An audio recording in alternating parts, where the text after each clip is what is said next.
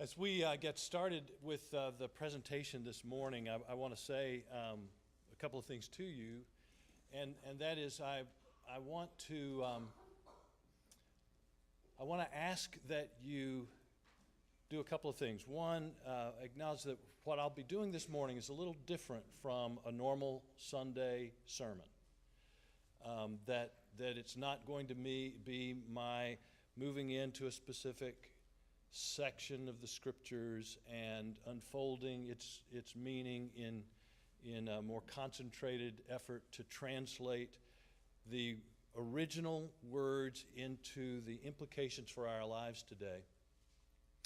And I want to challenge you also because I'm going to be introducing some vocabulary, some concepts, as well as some important realities and possibilities that at points may challenge you a little bit, and you may want to be taking notes on this so that you can absorb and reflect on that.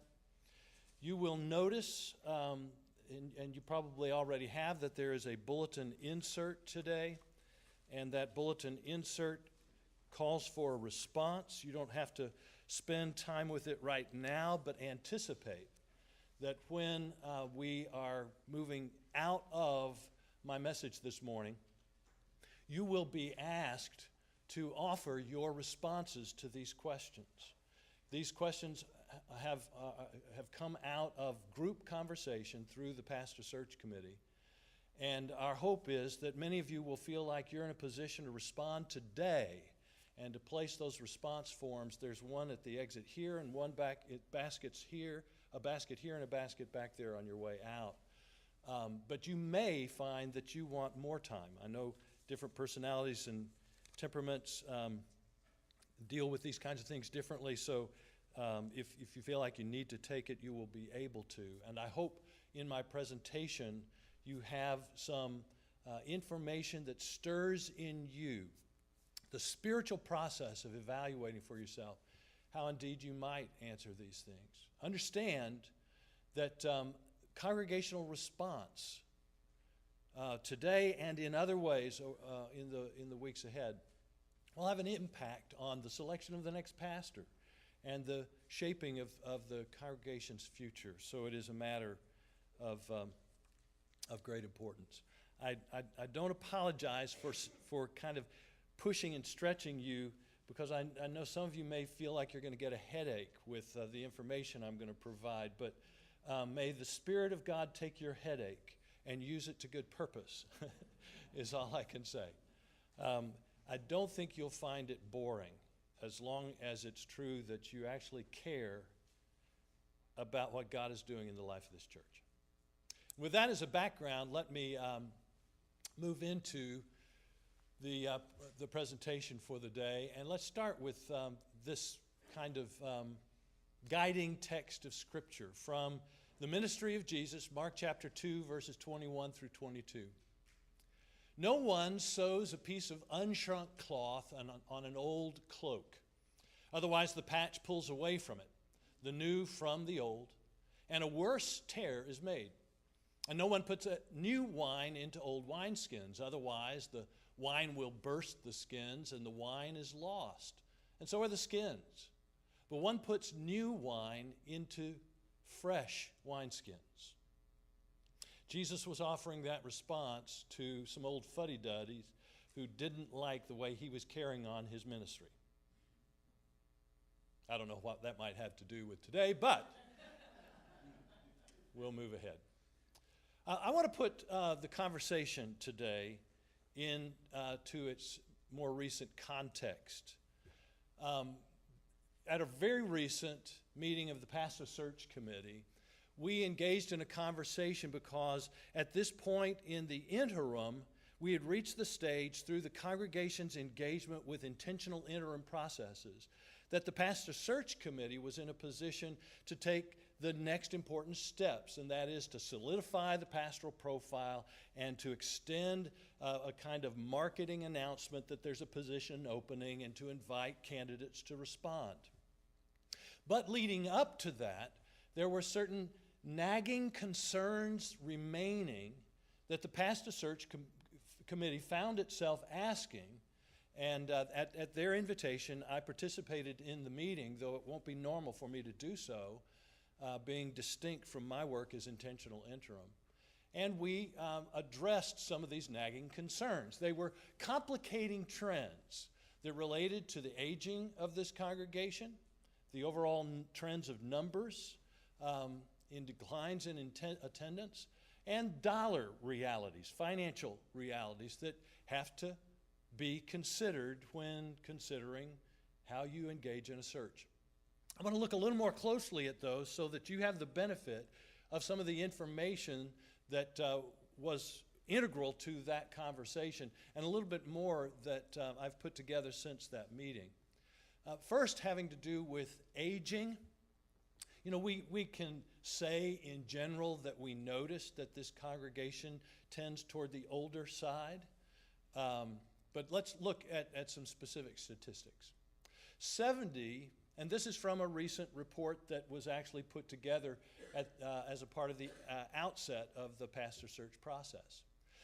At that time, based on looking at the records of participants, and the word participant was chosen intentionally because it's not just those technically members, but it also embraces those who are regular participants in the life of the church. That added up to 113 participants, 70 of whom are 55 and older. That's 62%. 70 of 99 of the 113 adult participants, so you can see there were 14 less than 18. 70 of 99 are 55 and older. That's 70%.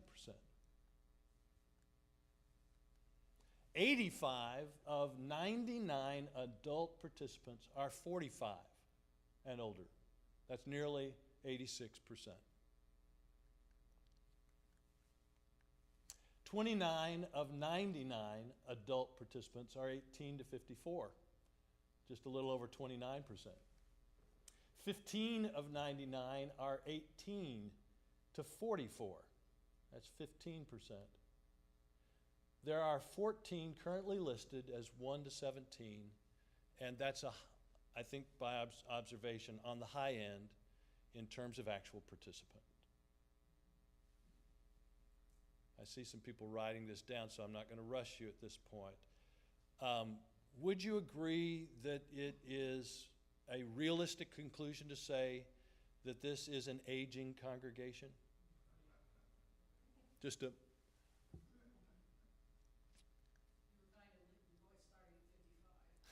Yes, that's right. I've considered myself middle-aged until 55. I moved to the other side of that. I'm counting on living to 110. Okay. Now, some complicating trends financially. Whoops, let's go forward instead of backward. Offering goal for this year. This is tithes and offerings from members. The goal, $171,000. Given as of May 31st, $62,459. Current end of year projection based on that, 5 years in the books. You project that out to 12 months and it comes to $149,902. You may not have gotten an A in math, but if you subtract 149,902 from 171,000, you end up with a projected shortfall of $21,098. This is not a giant budget. 21,000 shortfall is significant. The reality is that this budget is fairly much a bare bones budget. There's not much, if any, fat in the budget. Currently, we're projecting that if giving continues at the current pace, we'll have a $21,000 shortfall at the end of the year. I would add parenthetically that it doesn't have to be that way. And part of our prayer is that as we gain a sense of positive urgency, we will see some change in regard to all of these statistics I've shown you so far. But those are realities confronting the committee. And so those led to some key questions. Consider these.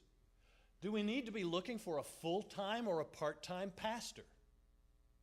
Have you even stopped to think that that might be in the future of this church? And yet the committee was finding itself saying, gosh, before we just jump into announcing a full-time position, is that where we really are? It's a real question. Does the church understand the challenges of congregational renewal? Because I had some things to say that I'll shortly be talking about again today. Does the church understand the challenges of congregational renewal given where we are in the congregational life cycle? And then, are members willing to do what it takes, personally, financially, to support the calling of a full-time pastor and engage the challenges of congregational transformation? Is that clear enough as a question? Are these questions clear enough? I think it's important that we understand that leaders in this church, in their attempt to be stewards of our realities and our possibilities of faith in the real world, are asking good questions. And they, in face of those questions, made a request of me. Based on some of what I shared in our interactions, they asked that I would come before the entire congregation and address these matters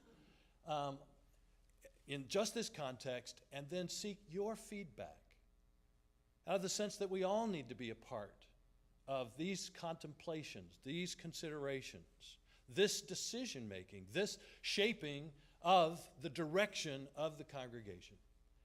And so here I stand this morning in response to their request, trying to be a steward of this moment for your sake. With that in mind, I want to create another element of the context here for our conversation and help us appreciate that there is a combination of powerful developments that all coalesce, that all arrive at the same moment. And they take place in three basic dimensions. There is the pastoral interim and its realities. There is the reality of an aging congregation, as we've talked in preliminary terms. And there's the reality of a post-churched culture. I want to explain each of these just a little bit more, but those three dynamics all converge to help us even more fully appreciate the significance of this moment in the life of this church. Let's start by looking at the pastoral interim and consider these dimensions of what I'm talking about. A pastoral interim is going on right now. No surprises there. I'm not seeing any signs of shock.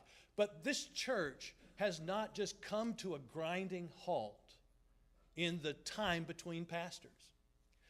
The church is operating. We're worshiping under the leadership of the board with Chair Lyle Bracken. We are functioning and will, after the church service today, carry on some of the decision-making that is essential to the governance of this church and how we do things. We're engaged in ministries, and some wonderful volunteers are leading Sunday school, and especially activities like Vacation Bible School and ministries in the community and activities with various age groups. We are doing prayer led by the elders. And one of the things that's impressed me about this church is that this church has not had any trouble just moving on in an interim period of time. You also have an intentional interim pastor. That's me.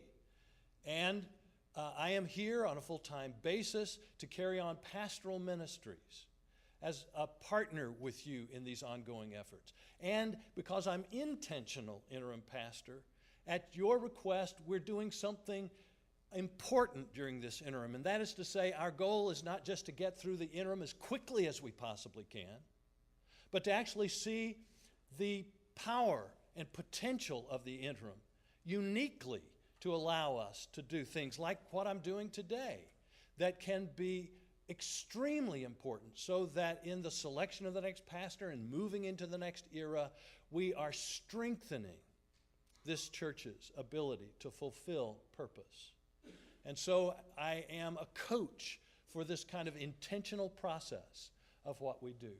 And in doing so, I am working with an interim steering team.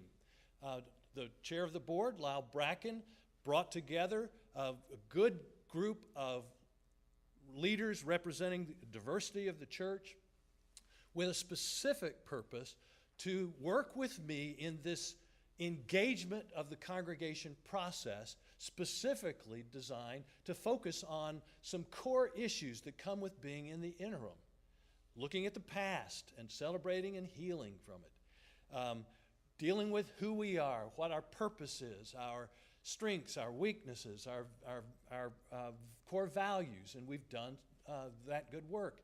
To look at organizational matters and tweak and develop the system as necessary, to reflect on our relationships denominationally and in the community and with fellow churches, and to consider the importance of those relationships moving forward. And then to prepare for the next pastor in a way that allows this church to hospitably receive them and move forward with great purpose and energy into the next era of the church's life. Those are core issues to attend to, and we're doing that with the help of this interim steering team. Separately from that is the Pastor Search Committee, who has been tasked with the process of leading the congregation in the search for the next pastor. Those are pastoral interims. Is that clear? Questions about any of that? Now let's look at the aging congregation question.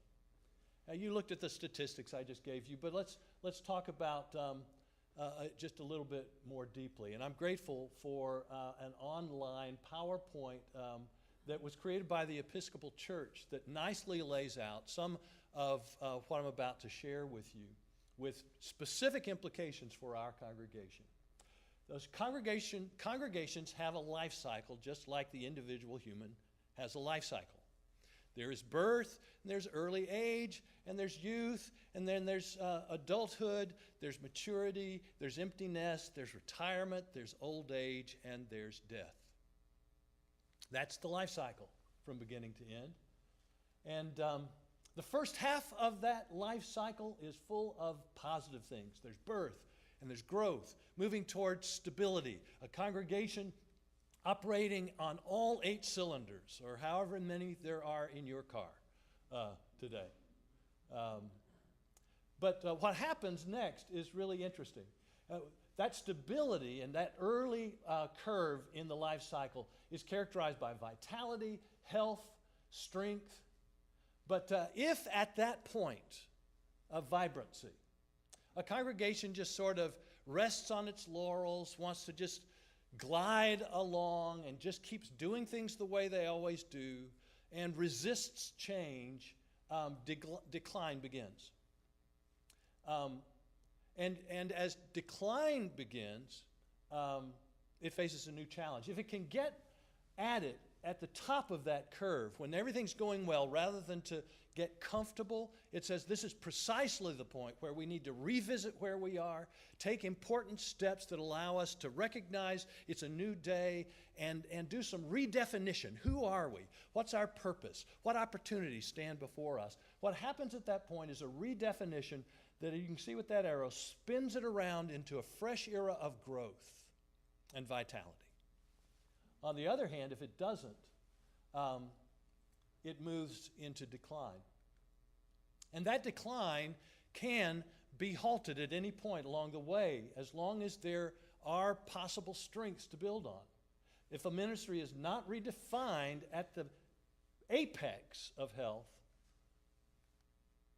or stability precedes uninterrupted, and stability is just same old, keep going, the result then is decline will unquestionably follow.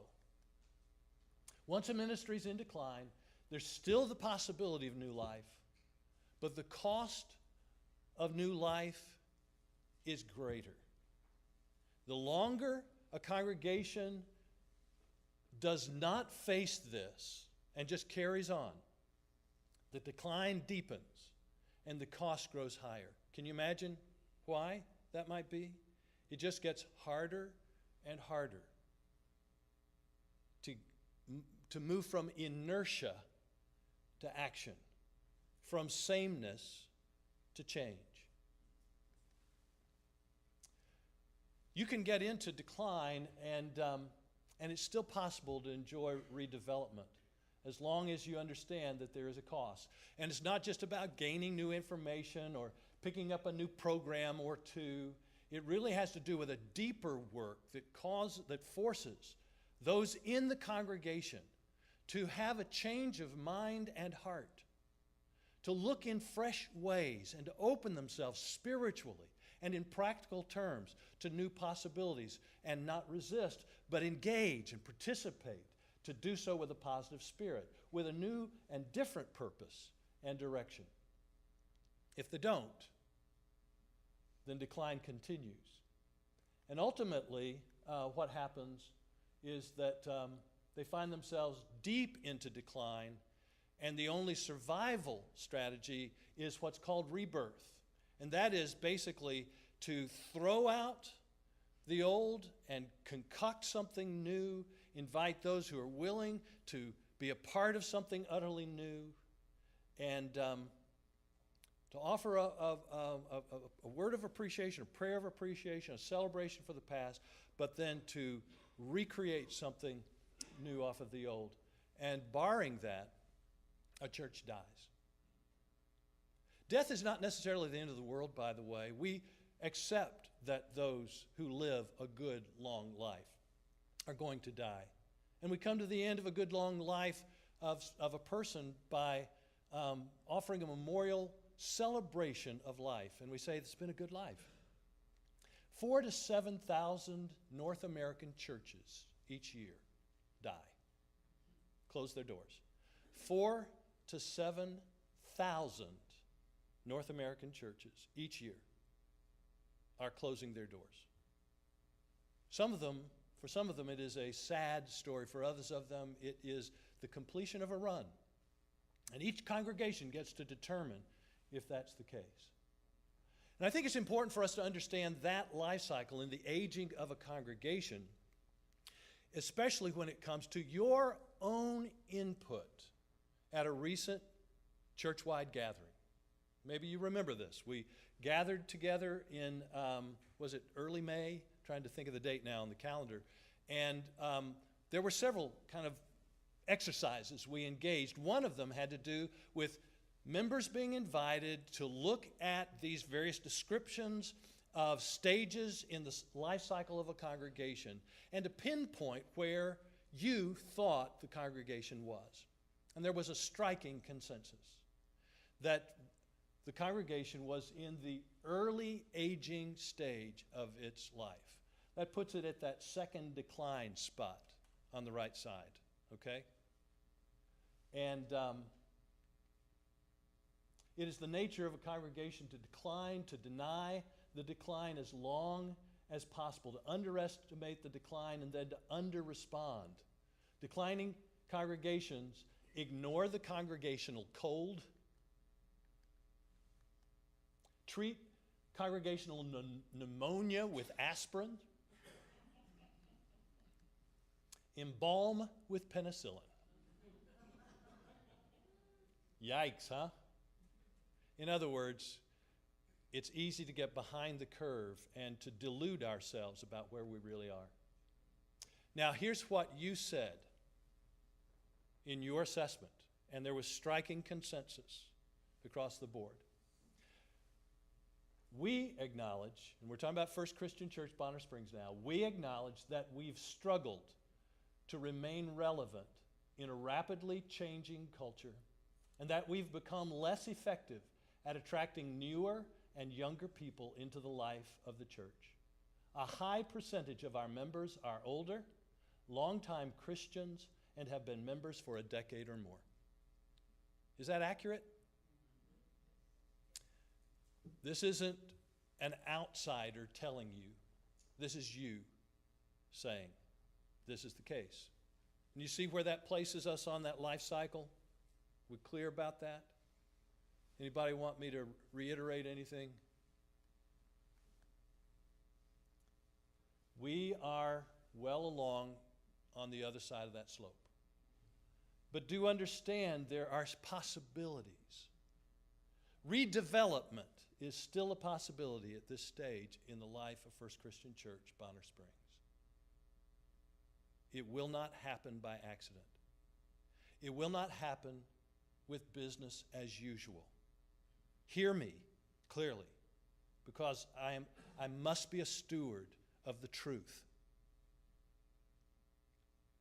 Redevelopment will not happen with business as usual. As the depth of decline increases, more interruption and letting go is required. I'm going to offer just a little side statement right here. The luxury of not liking a song in worship is over. Do you hear me? The line, the time of griping over whether it's contemporary or organ or other things, that's a joke. And if we're going to split our britches over that, this church will not survive. It doesn't come close to the real challenges confronting us. Give me contempo. We don't, there are things happening in contemporary worship today that have not even been a whisper in this church. This is tame. So we need to understand where the challenges are in terms of what's really important to talk about and the changes that need to take place. It's part of the reason that at the initiative of the interim steering team, remember their role is focused on helping us make the most of this interim time and to engage the congregation at these important points of interest for the interim. It's out of these realities that among the things we're doing is this current study of Eddie Hammett's book, Reaching People Under 30 While Keeping People Over 60. Out of the recognition that the greater the distance between the old and the young, the more serious the challenge in engaging this diversity in our midst. Does it make sense to you that this question would matter? So we're doing it in part because, by golly, we're not just standing idly by. We recognize we need to learn. And I want to tell you right now, you may not have been a part of the study up to this point. I hope that some of you who haven't been a part of the study to this point will decide it's not too late to join us on Wednesday nights. And we have extra books that I'm prepared, that I went ahead and ordered, anticipating that you'll be leaping forward to get one. We've got to learn. We have a lot to learn. And can I say to you, I will be 64 in October. October 8, if you want to write that down. I'll be 64. I'm not a young whippersnapper anymore. I'm a student of this stuff. But I am not a millennial. I have to study to understand, and sometimes I scratch my head in perplexity. All of us have to, under the guidance of the Spirit, learn from every source we possibly can and talk with one another and say, well, gosh, if we could lower all of our resistance to change and really open our hearts out of our desire to reach new generations for Jesus Christ, what might be possible? What might be possible? I'm here to tell you all kinds of things would be possible. But a teachable spirit is one of the first steps in the process. And this is a part of creating a teachable spirit with specific learnings that can help us. Okay?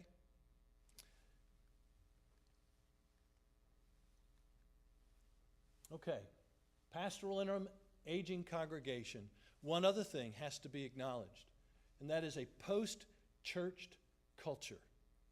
It would be challenging enough if we were just in an interim and faced with the realities of aging, but I got to throw this huge tectonic plate shift, this tsunami wave of cultural development over the top of all of this, so that we can all appreciate the fact that we live in unprecedented waters, culture-wide. It's a post-church culture. What do I mean by that? One, church has been marginalized by society. And all we'd have to do is get on a bus right now and ride through Bonner Springs to see what's going on, or drive down K7 to the ballpark that is full of people playing this morning, to know just one tiny little example of a culture that no longer pushes pause on Sunday morning and is carrying on life as if the church doesn't matter. The statistics on nuns, those who have no religious affiliation, has grown dramatically in the last 5 years. Second, a diversity of beliefs. This is a pluralistic society.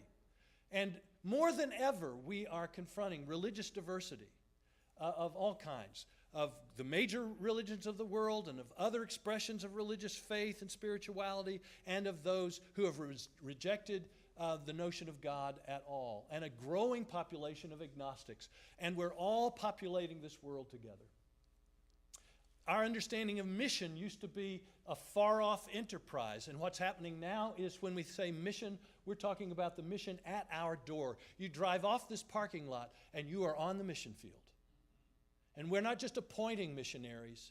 We are, every one of us, missionaries, living in our world, representing the gospel of Jesus Christ in this world that has increasingly marginalized the church, embodying the way of Christ, giving witness to the hope of Christ, being the salt and the light. Local churches are mission outposts. We're not just those paying and giving and praying for missionaries out there. We are ourselves mission outposts, engaging our world, our city, and beyond with the gospel. There's an immediacy to this that is the environment in which we operate every day. The day of build it and they will come is over. It is about building bridges and going into the world. Jesus did not say, the early church, I should say, wasn't in the practice of coming to church and living in the world. It lived in the church and went to the world.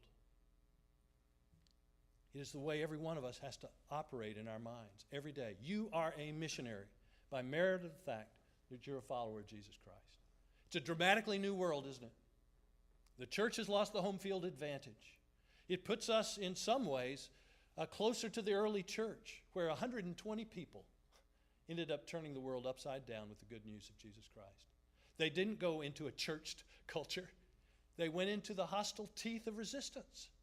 But the Spirit of God was alive in them, and the message was irresistible. It's where we are today. It's important that we understand that for us to really engage where we are and the questions. Do we understand the demands of renewal? Do we have a positive sense of urgency? Positive sense. You know, urgency can just be nervousness that makes us sad. Positive urgency is an energy that impels us to move forward. Will we commit to participate in personal and congregational renewal? This isn't just about the church doing some things. This is about each and every one of us accepting this moment as a test of our spirit, our faith, our spiritual maturity. And each of us has to make decisions as a part of being with the whole. And will we be faithful financially? Would that I could just talk in big pictures and all, but there are stress tests for every organization. You know, just like those stress tests that were introduced after the financial recession, that awful crisis in 2008, they instituted these institutional stress tests to see if these banking organizations and investment firms and all these other things were really solid enough. There are stress tests for congregation. There's stress tests for you and me, and they include where does the money in our wallets go? Are we really going to put that, literally, money where our mouths are? This church has some challenges in that regard. Are we going to respond to these opportunities where we say we want to reach a younger generation and we have one right in front of us right now? The Vacation Bible School is this. This is a here and now. End of July, we're going to be doing that for a week in partnership with 2 other congregations. We're going to be reaching kids and their families through those kids in the 4th week of July. And if you haven't volunteered yet, you have an opportunity to volunteer because there's plenty to do and we need all hands on deck. It's a stress test. And in some ways, I'm not going to keep hammering because I don't want to send anyone on a guilt trip. That's not the nature here. If you feel guilt, own it as your own. Because I'm not going to push it on you. I would much rather see if the Spirit can't stir inside of us this positive desire, this awakened positive desire. Yes, I believe in a new generation. Yes, I'm going to inconvenience myself because it matters and I care. That's the reason for doing it. Okay? So these are the kinds of stress tests that come, and we're able to respond. I have confidence, but I can also say that we will be witnesses as to whether it happens or not. And it will inevitably force us to say, well, we've got the stress test now. How does that show? What does it tell us?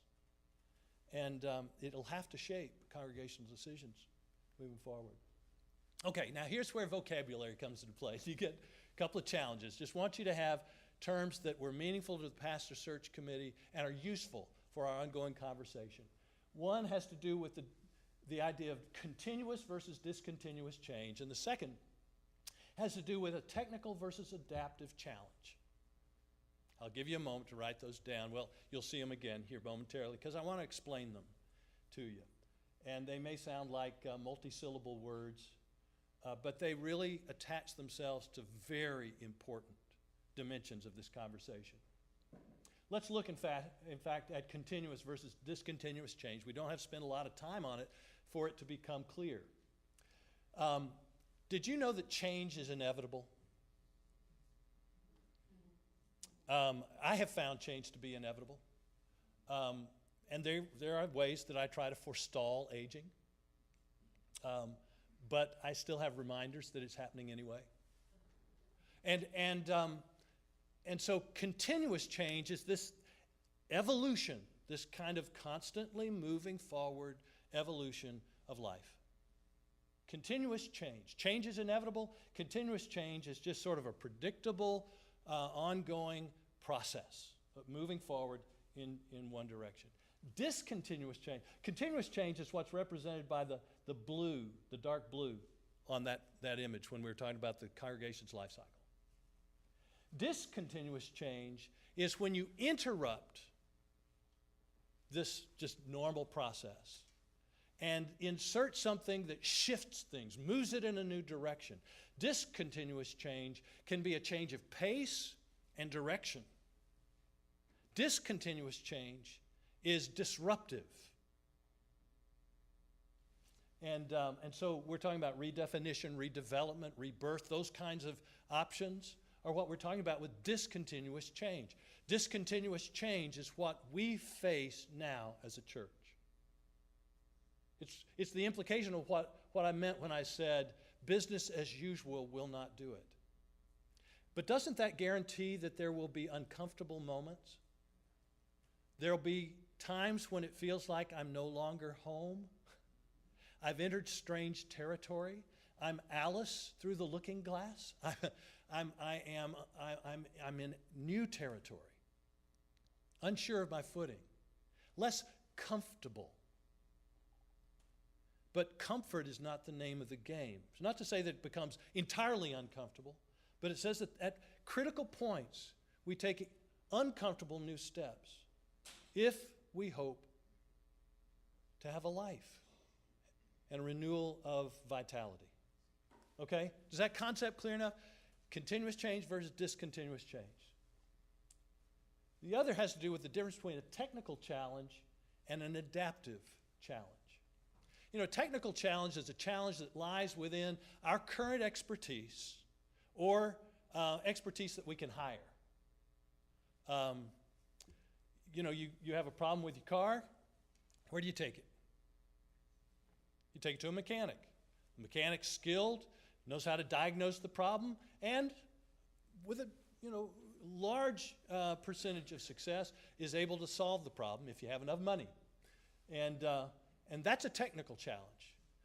You got a problem, you stick somebody on the problem, it becomes the fix-it person, they fix your problem, and you go on. An adaptive challenge is different from that. An adaptive challenge is a challenge, the solution to which lies outside the current capacities of the organization. It's like hitting a wall and figuring out some innovative way to get over that wall. An adaptive challenge forces you to think in new ways, deal with inner kind of feelings and sometimes resistance, to engage with imagination and willpower, to experiment and try new things. And critical to an adaptive challenge is that the people with the problem have to be the people with the solution. In other words, we have to gain new skills. We have to think in new ways. We have to try new things. An adaptive or transformational challenge requires a personal and collective change of mind, heart, and habit. Let that sink in. An adaptive challenge, which can also be called a transformational challenge, requires a personal and collective change of mind, heart, and habit. The temptation is to treat an adaptive challenge as if it were a technical challenge. And let me give you one way that happens. A church hires a pastor and wants the pastor to be the Superman fix-it man. The fix-it lady. Male or female, the temptation is to pin the congregation's hopes on one person or one small group of people to wave the magic wand and solve the problem, while the rest of the congregation sits and applauds if they succeed or criticizes if they don't. Does that sound familiar at all? I've spent 40 years in ministry, and I'm here to tell you that in the entirety of my ministry, I have dealt with congregational expectations that I would be Superman. And the disappointments that came when I was not were always a source of stress and frustration. It's a recipe for short-lived pastoral ministries and burnout. It's not fair. It's not right. You don't want to do that to your next pastor. You won't do it to me because, I'm time limited.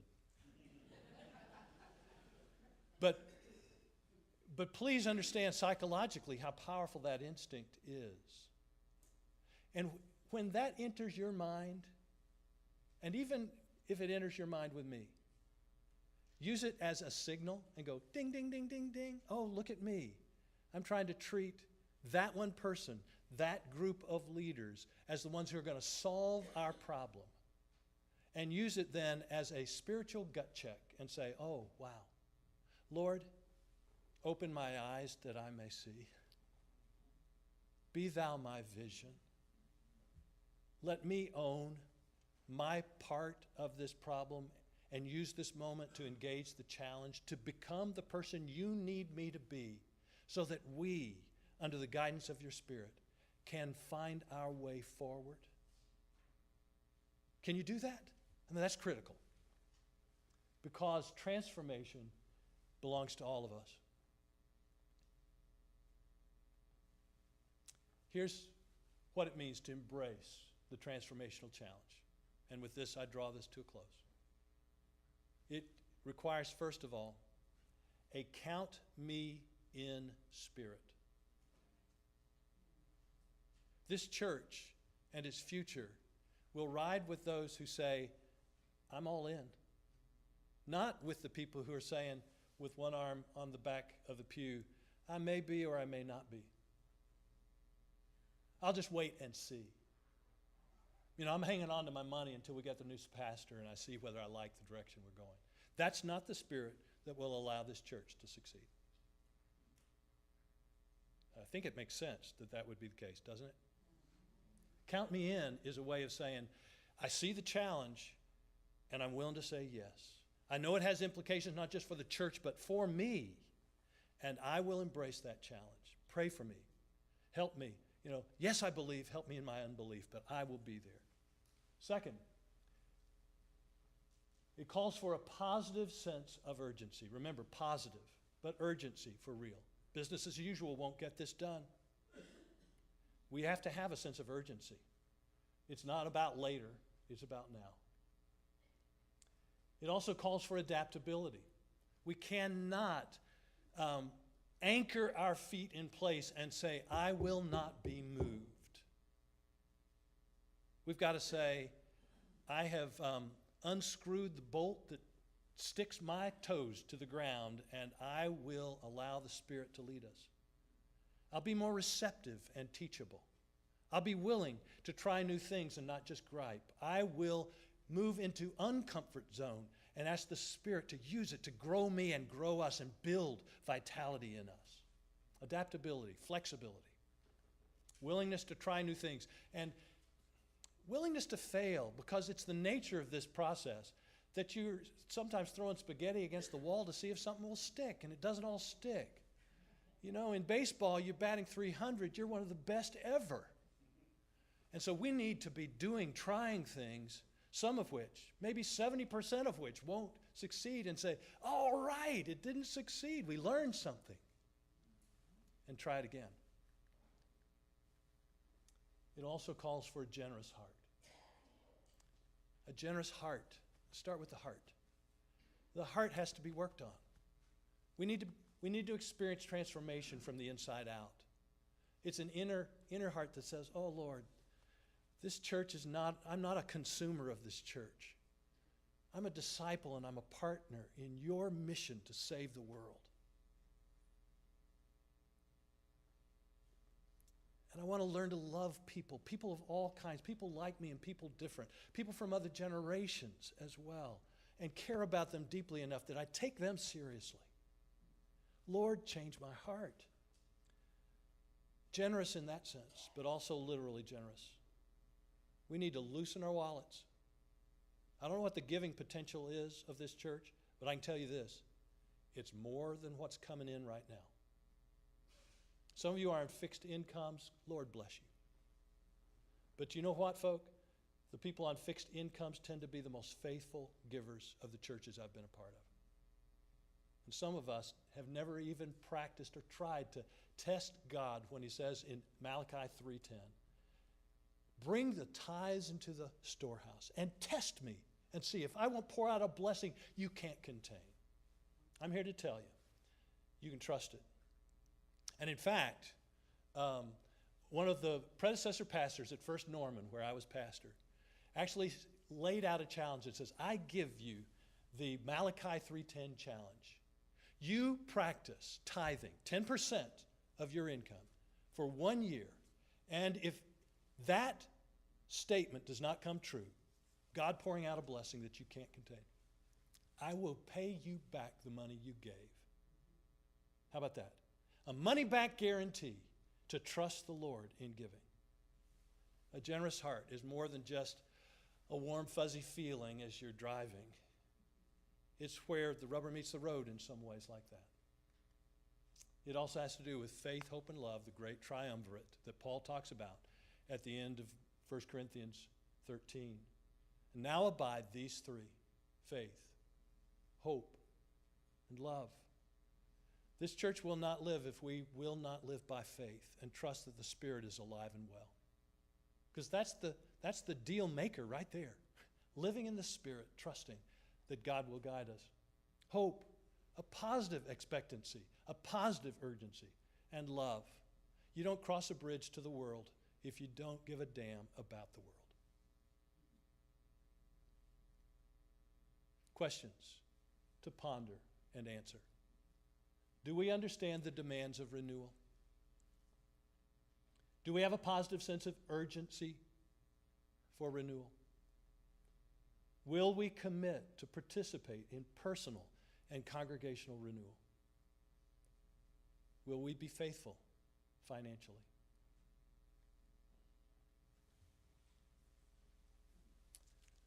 I'm going to leave that up for a moment. I'm going to offer a prayer. Heavenly Father,